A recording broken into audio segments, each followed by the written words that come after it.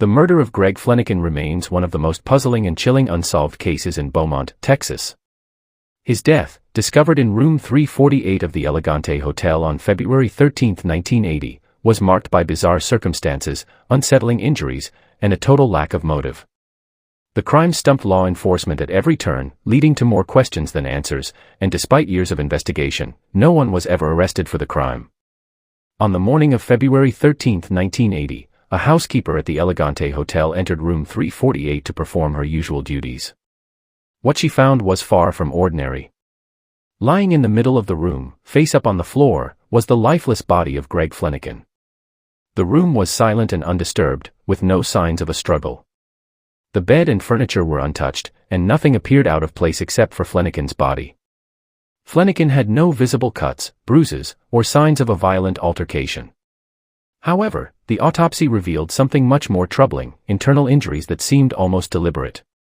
The pathologist determined that Fleniken had suffered extreme blunt force trauma, but curiously, no weapon was found at the scene. Moreover, there were no obvious signs of external trauma that would have matched the severity of the injuries that led to his death. A second shocking discovery was the strangulation-like marks found on his neck.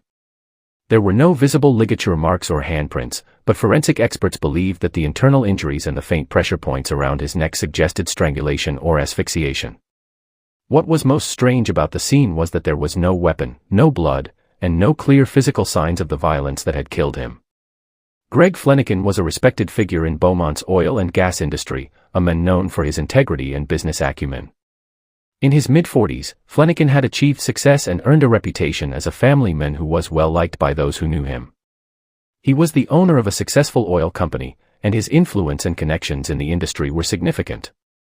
He was also involved in the local community, known for his charitable contributions and involvement in various civic projects. There was nothing about his life that suggested he would have enemies.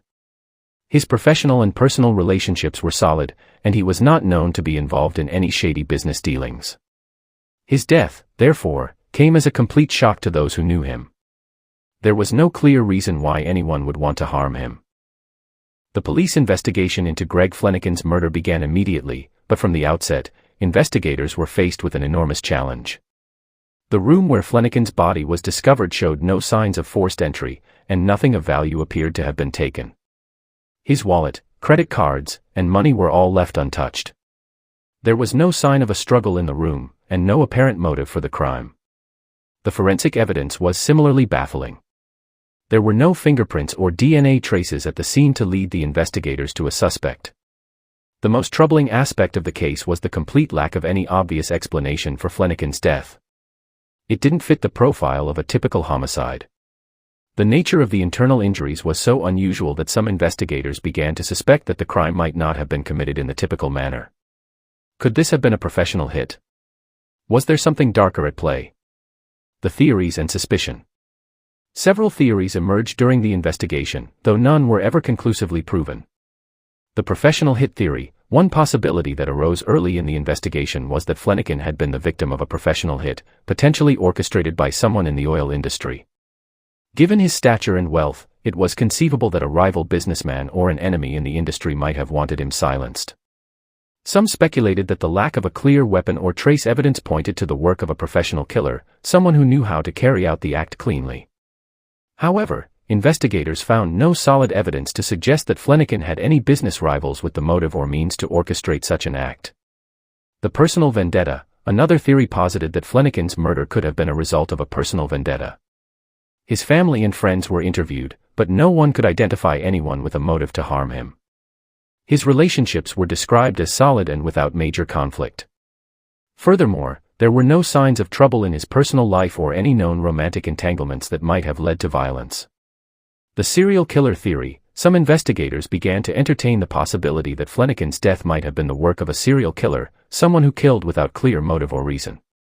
The bizarre nature of his death, internal trauma with no external signs of injury, seemed to align with the kind of violence perpetrated by a killer who left few clues behind. Yet, no other similar deaths were reported in the region, and the idea that Fleniken was the victim of a serial killer was never proven. The occult or ritualistic murder. One of the most unsettling theories that surfaced was the possibility that Fleniken's death was connected to the occult or a ritualistic killing. Some investigators speculated that the strange nature of the injuries, particularly the pressure points around his neck, suggested a ritualistic act, possibly tied to cults or secretive groups. However, there was no evidence to support this theory, and no connections between Fleniken and any occult groups were found. A particularly chilling aspect of the case came to light weeks after Fleniken's death. It was revealed that Fleniken had received a mysterious phone call just hours before his death. The call was placed to his room at the Elegante Hotel on the evening of February 12, 1980. According to hotel staff, Fleniken appeared agitated during the conversation, and shortly afterward, he hung up abruptly. There were no details about the nature of the call or who had made it. This unanswered phone call became a focal point of the investigation, but despite efforts to trace the call or identify the caller, nothing materialized. As the investigation wore on, it became clear that the case would be harder to solve than anyone had anticipated. With no physical evidence, no clear motive, and no witnesses to the crime, the Beaumont Police Department struggled to make headway. Detective Jerry Ryan and his colleagues followed up on numerous leads, but they failed to uncover any definitive answers.